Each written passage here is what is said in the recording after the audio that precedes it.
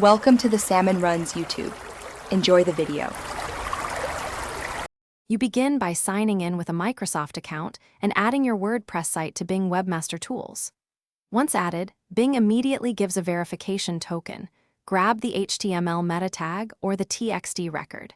Make sure the URL matches your site setup, HTTPS versus HTTP, and with or without www, because mismatches block verification.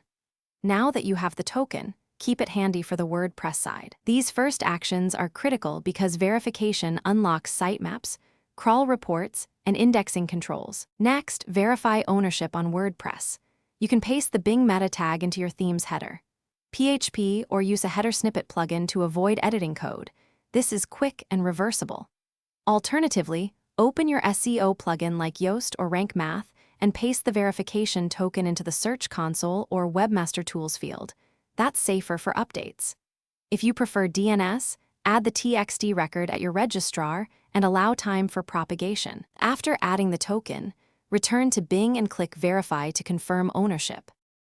Finish by submitting your sitemap in Bing Webmaster Tools. Enter /sitemap, XML or your plugin's sitemap URL, then request indexing to kick off discovery.